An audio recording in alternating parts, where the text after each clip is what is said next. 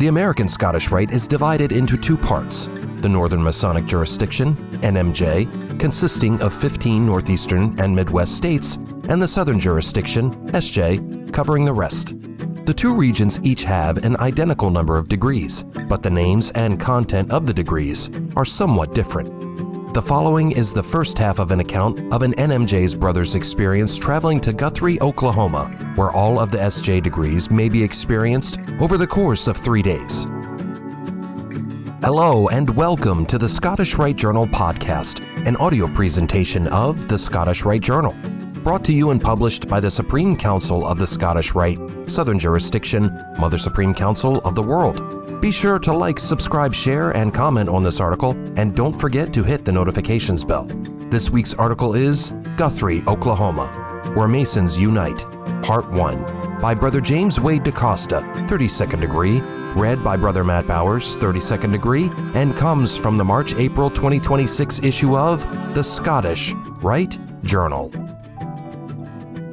Having slept fitfully in anticipation of my first degrees in the Southern Jurisdiction, I am now ascending the steps of the Scottish Rite Temple in Guthrie at dawn. Rain and fog do little to obscure the majestic temple's hilltop command of this 10-acre site overlooking the city. The Scottish Rite took over these grounds following the movement of the state capital to Oklahoma City in 1910. With a new temple erected in 1919 attached to an old state house, the temple complex now boasts more than 400,000 square feet of floor space, with a central auditorium seating 1,700. At the main entrance, I meet Brian Ragane, 32nd degree KCCH, from the Guthrie Valley. He is on the lookout for fellow cast members of this morning's 15th and 16th degrees. Brother Ragane walks me from the Greek exterior into the equally stunning Roman atrium, measuring 52 feet wide and 190 feet long and 45 feet tall. He points out where to submit my credentials as well as the display tables for the Lodge of Research and Knights of St. Andrews. We head downstairs for breakfast, for which he insists on paying.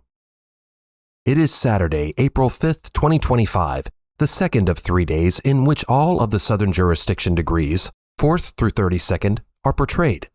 I have missed the 4th through 14th degrees, having traveled the previous day to Oklahoma from Connecticut.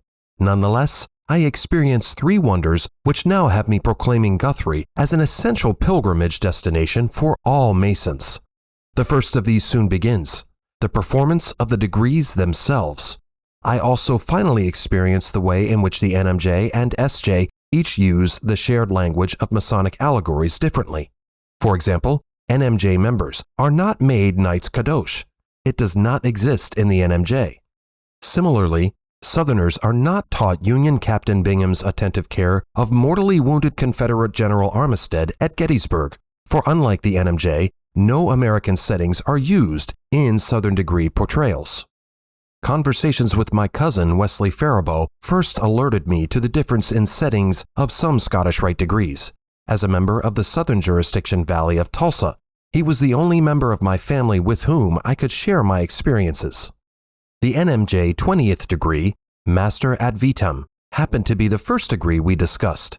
Bursting with enthusiasm, I expressed the personal impact of experiencing this George Washington degree by candlelight in 2006 as I sat in Perry House in Stratford, Connecticut.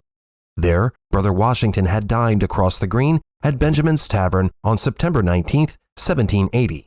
While the tavern no longer stands, Perry House is preserved as a historic landmark. George Washington himself was here. The degree thus imagines Washington presiding at a lodge meeting shortly after the U.S. declared its independence. Brothers in attendance include veterans of the recent war who, like Washington, are members of our fraternity. Generals Mordecai Gist, John Sullivan, Henry Noe, and Israel Putnam.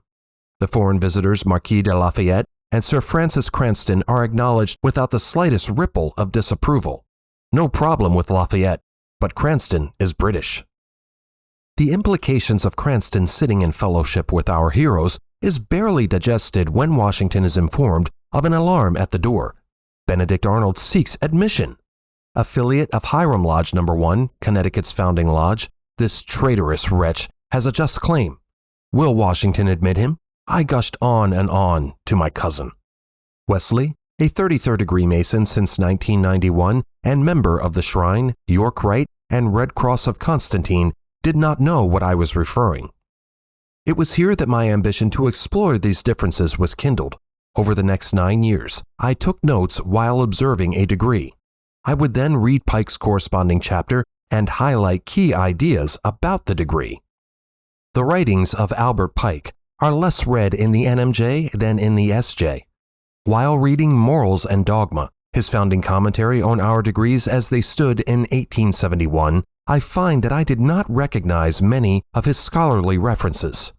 My edition included a digest index by T.W. Hugo, who forcefully proclaims, "In the opinion of the writer, no one who has not carefully studied Morals and Dogma, or the several subjects of which it is the epitome, is or can be a master of the royal secret in the true meaning of the term." In one sense, Brother Hugo was correct.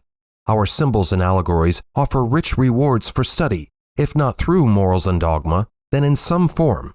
Pike himself says that in his commentary on the 8th degree, intendant of the building, noting, "The degrees of this rite are not for those who are content with the mere work and ceremonies, and do not seek to explore the mines of wisdom that lie buried beneath the surface." He concludes, "These degrees are also intended to teach more than morals. Their varied meanings are only to be discovered by reflection and study. I thus determined my journey slowly in my quest to understand the degrees."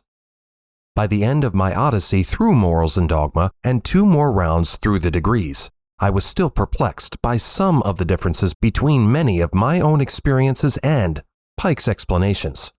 For example, if one were to take the degrees out of order in the SJ, as is done sometimes in the NMJ, it might frustrate efforts to detect a logical sequence in moral development and enlightenment from one degree to the next. Surely, the order of degrees is deliberate, has meaning, and facilitates a man's growth and development. Tellingly, a past district deputy in Connecticut nearing the completion of his passport questioned whether a formative progression is even intended. What further differences between NMJ and SJ would I uncover at Guthrie? To be continued.